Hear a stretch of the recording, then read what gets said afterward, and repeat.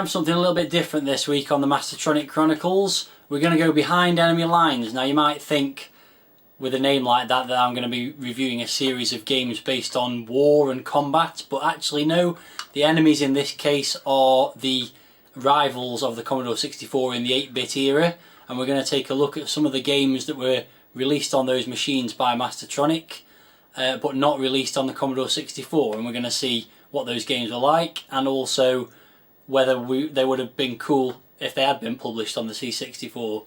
So there's three machines I'm going to look at. First one is behind me, which is the Amstrad CPC 464. Also going to take a look over the next few episodes at the BBC Micro and the MSX. No Spectrum because, well, I haven't got one basically. So the first game I'm going to have a look at on the Amstrad is rather fittingly, I think, given who the owner of Amstrad was, The Apprentice. No connection to the TV show of the same name. So let's load it up, which I've just worked out how to do. Hopefully you can hear that. That's the game loading.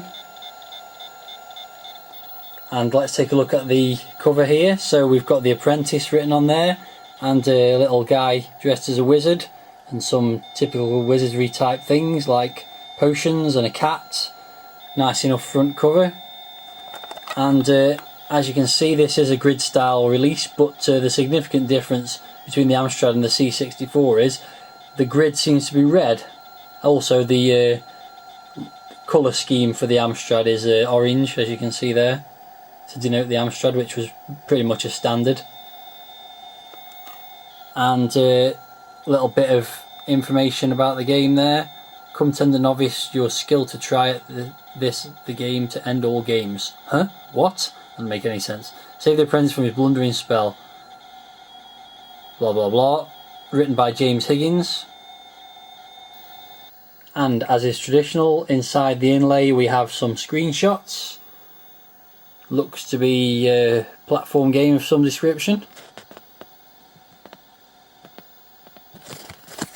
And unsurprisingly, we also have some instructions, some hints, some keys, some loading instructions,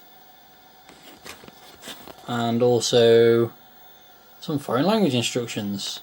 Usual sort of stuff, really. So we have a loading screen here, and your eyes don't deceive you. This is a colour monitor, although that is a rather green image. But there is some red there obviously, so it's not a totally green screen. Not the most awe-inspiring of loading screens, but at least it's got one. So here's the game loaded, and first things first, this music, this rendition of Greensleeves, absolutely bloody awful.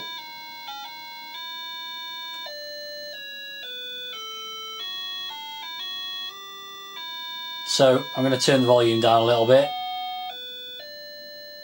for my own sanity. There's a few options on the main menu. 3 of them are just the control options. The other one, option 4, it says here colour, and that says green. So I assume, even though that looks more green, that's the colour version. Hello. And the green version's got more contrast in, so if you're playing it on a green screen, you might be able to see things better, but we'll stick with that option. And we'll press fire to begin the adventure. And the music never stops throughout the whole game, which is really infuriating. So here's your little wizard guy, and the idea is you've got to pick up items. It's your typical sort of flick screen platform adventure type game. It was very common on 8-bit micros back in the mid-80s. So you've got to pick things up and give them to other people to complete tasks and all that kind of stuff, really. You can fire, which is handy because there's lots of things that like to kill you. Just got out of the way of that there.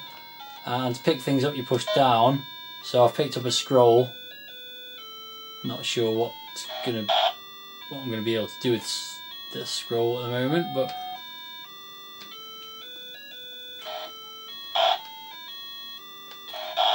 so there's lots of enemies that like to kill you. You've only got 3 lives, so you've got to be pretty handy with your laser bolt thing, whatever it's supposed to be. Otherwise it's soon death. And also the fires kill you as well. The birds kill you. Basically everything kills you. Everything that moves kills you. There you go, there goes a life. And you respawn where you came in. So terrible sound effects. Sounds like a bad fart or something.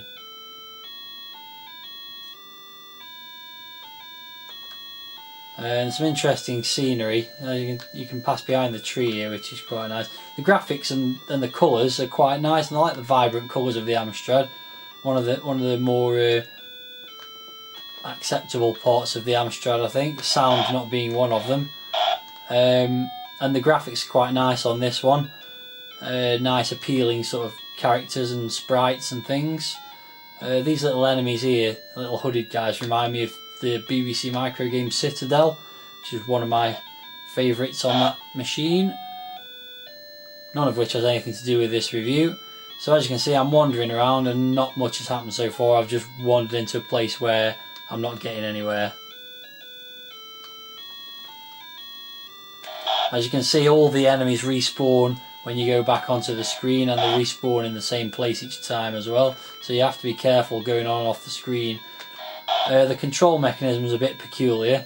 You go left and right and your control is normal, but when you push up, the guy kind of falls down the screen unless you push up, in which case he starts to fly up, I suppose, if that's the right word.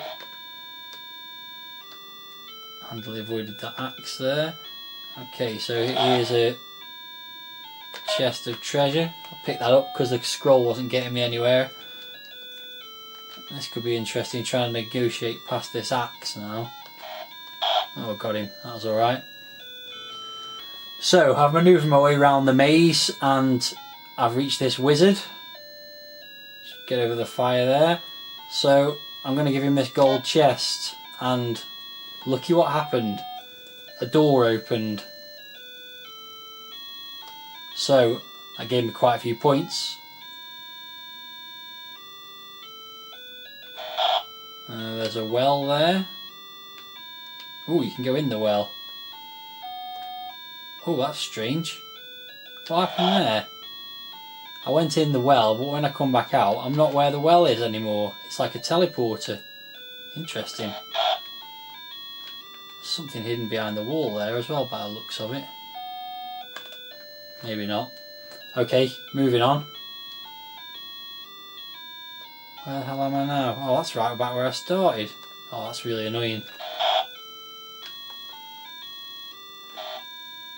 Let's try going right instead.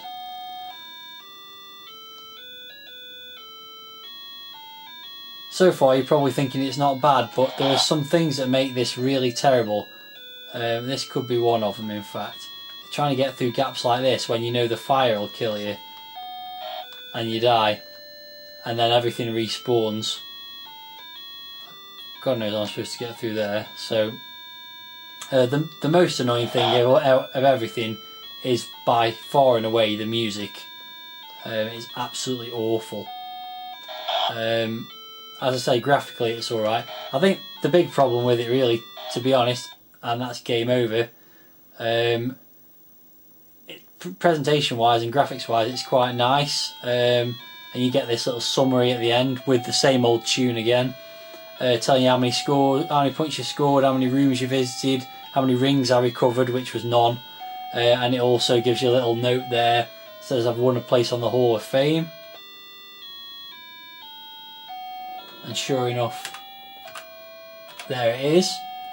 The big issue to me is it's just a bit boring, to be honest. I don't think I need to play through it again. You get an idea of the kind of game it is. There were tons of this type of game on all the 8-bit computers. BBC Micro had things like Citadel, Amstrad and Spectrum had things like Dizzy, of course, and Commodore 64. I can't think of anything off the top of my head, but I'm sure it had Dizzy and things like that as well. So yeah, it had to be something pretty special to sort of keep your attention and make it worth playing through and working out the puzzles and things like that. So this one's not going to make the grade in that respect, I don't think. It's alright. The music's really bad, as I've said several times already. But the main thing about it is it's just rather dull. And I'm just going to finish off by showing you another really terrible part of it, which is when you respawn on this screen.